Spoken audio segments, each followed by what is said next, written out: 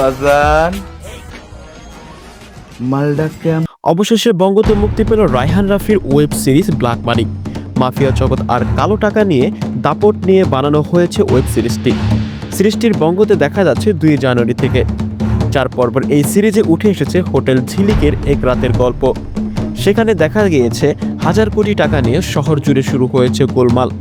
টাকা নিয়ন্ত্রণ নেওয়ার জন্য দাঁড়িয়ে যায় প্রভাবশালী মাফিয়া থেকে শুরু করে রাজনীতিবিদ, শীর্ষ সন্ত্রাসী, ব্যবসায়ী থেকে আরও অনেকেই। সিরিজে অ্যাকশন কমেডির পাশাপাশি আছে হুল্লোড় তোলা আইটেম গানও। সিরিজটি নিয়ে নির্মাতা রায়হান রাফি বলেন, আমাদের অন্যতম প্রধান একটি সমস্যার নাম কালো টাকা। দেশের অনেক টাকা অবৈধভাবে বিদেশে চলে যাচ্ছে। ব্ল্যাক মানি সেই গল্পটাই দেখানো হয়েছে। রাফির ভাষ্য, তিনি সবচেয়ে নিরীক্ষা করতে পছন্দ করেন। এই সিরিজটি তেমনই। প্রত্যেক অভিনয়শিল্পী তাদের চরিত্র দারুণভাবে ফুটিয়ে তুলেছেন। দর্শকদের পছন্দ হবে সে আশাই রাখা যায়। সিরিজের প্রধান চরিত্রে অভিনয় করেছেন পূজা চেরি। এই সিরিজ দিয়ে প্রায় 6 বছর পর রাফির পরিচালনায় দেখা গিয়েছে পূজাকে।